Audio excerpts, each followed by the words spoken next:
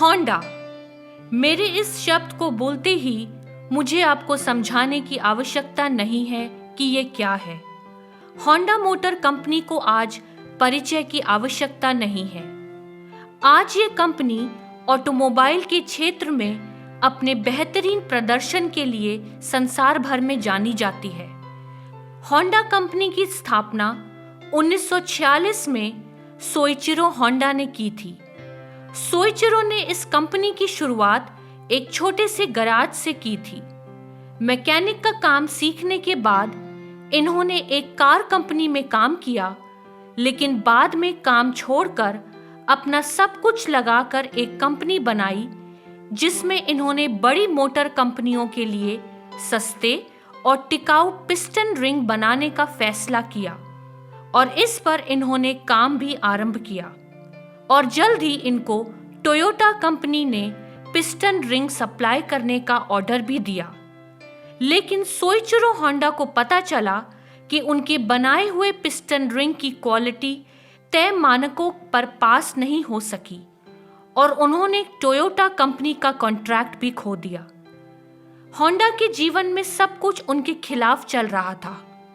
उनके जीवन भर की कमाई डूब चुकी थी, लेकिन उन्होंने हार नहीं मानी और अपने पिस्टन रिंग की क्वालिटी पर उन्होंने बहुत मेहनत की।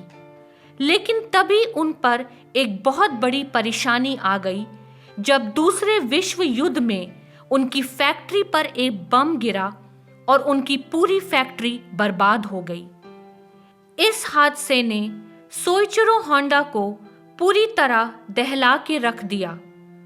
युद्ध में हारने के बाद जापान को बहुत नुकसान हुआ था और उसकी अर्थव्यवस्था बहुत गिर गई थी, जिस कारण लोग पैदल या साइकिल पर चलने के लिए मजबूर हो गए थे। इस परेशानी को देखकर होंडा को एक आइडिया आया।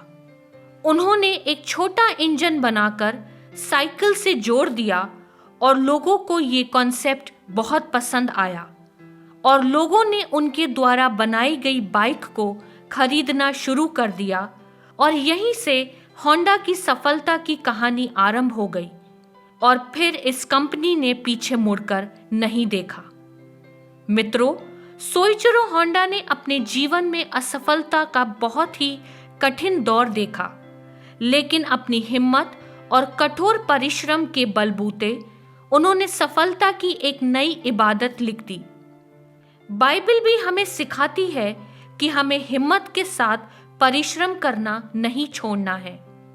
बाइबल की सबोपदेशक नामक पुस्तक के 11 अध्याय के 6 पद में लिखा है, भोर को अपना बीज बो और सांझ को भी अपना हाथ ना रोक, क्योंकि तू नहीं जानता कि कौन सफल होगा, ये या वो, या दोनों के दोनों अच्छे निकलेंगे।